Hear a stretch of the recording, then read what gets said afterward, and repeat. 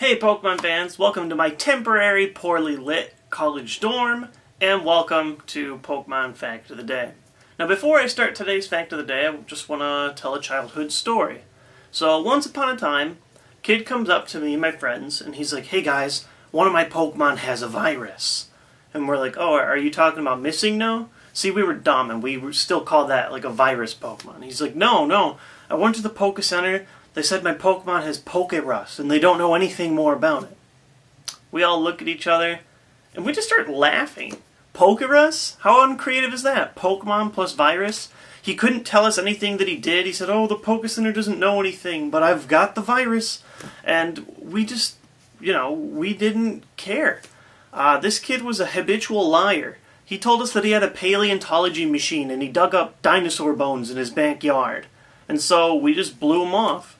The funny thing is, all these years later, looks like he got the last laugh. Pokérus is real. When we think of the Pokemon world, we typically think of a universe of two different species of creatures. Humans, mostly trainers, and then hundreds of different types of Pokemon.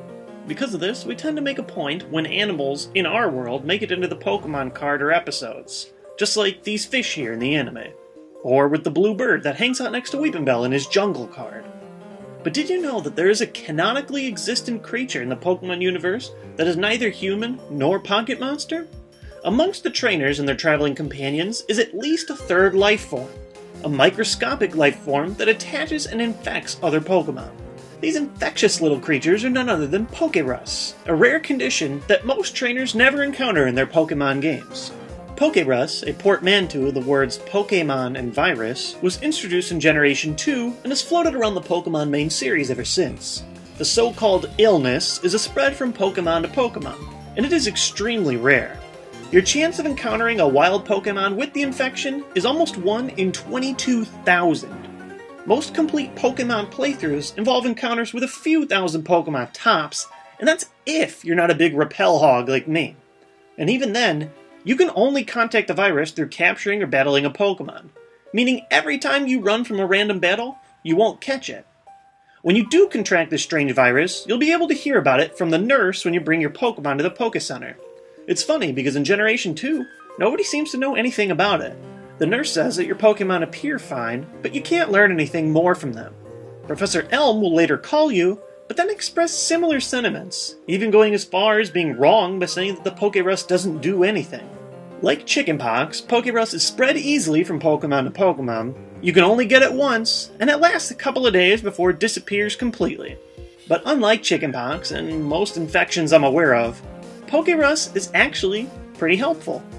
Any Pokemon with Pokérus infecting them will earn effort values by battling twice as quickly.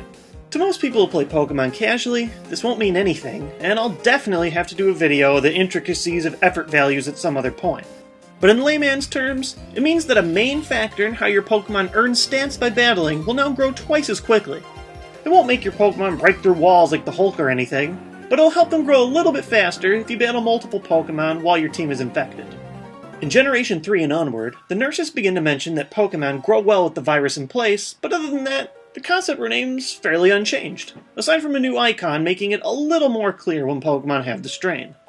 Viruses can bounce around from Pokemon to Pokemon, even the ones that are traded, and there are plenty of players out there who enjoy sending infected Pokemon out into the world with the hopes that players will infect their team and then send an infected Pokemon back out into a new trainer. Pokérus is even mentioned in a single side plot episode across Pokemon Chronicles. In the episode, Team Rocket and Professor Nanba capture Professor Oak, hoping to learn more about where Pokérus specimen can be found after Nanba's supply died out. Of course, they fail in achieving anything, but it's interesting that in the anime, the characters know fully well that Pokérus helps Pokemon grow. Even though infections and viruses that provide positive effects do exist in the real world, they're most commonly associated with negative illnesses. Because of this, Pokérus is a pretty funny concept. Oh yeah, my Pokemon's sick, but it's okay. There's zero negative side effect, and they're growing twice as quickly as usual. Looks like at least in the Pokemon world, it can actually be good to be sick. Thanks a ton for watching today's episode, and as always, thanks for all your support. It looks like my TheJWittz channel is about to hit 50,000 subscribers, which just absolutely blows my mind. That's tens of thousands of more than I ever thought I would have when I started this channel almost 3 years ago, and so I just really want to thank you guys for all your input. In fact, this fact of the day was based on a ton of input that I got on a previous question that I asked. As you can see around me, tons of comments that people wanted to see something about Pokérus. So if there's a Pokemon fact or even just a question that you'd like to hear more about, keep commenting, and I always read them and try and make an interesting video with some of the best suggestions that I get. Thanks a ton for your input. In addition, I want to talk to you guys about my other channel, TheJWittz Gaming, because I finally actually have some more content on it. Now, thanks a ton for all your support for the Let's Play that I'm doing on this channel through Pokeplay on my Pokemon Coliseum playthrough. I've gotten tons of positive feedback, and that really makes me want to make more, so thanks a ton. It was experimental. I didn't know how it was going to go, and so far it's been an excellent ride. Episode 2 should be soon, possibly tomorrow, but at TheJWittz Gaming I'm going to be doing more playthroughs of multiple games at a time, and many different kinds of games. Some new, some old, and stuff like that. And so if you're really interested in Let's Plays in general, or you liked the one that I was doing with Pokemon Coliseum, head over to TheJWittz Gaming, check out that channel, and feel free to drop suggestions on that channel as well with some games that you'd like to see there. Now, the one thing I will say is, unlike this channel, which I do try and keep PG to tend to the entire Pokemon fan audience, because that's one of the coolest things about Pokemon is that everyone can be a fan of it. This channel, not so much. So some people think it's cool that I use language. Some people might not think it's so cool. But either way, if you want to see me play some more games and talk some more, head on over there. Would really appreciate it. As always, thanks a ton for watching, and tune in soon for the next Pokemon Fact of the Day. Peace!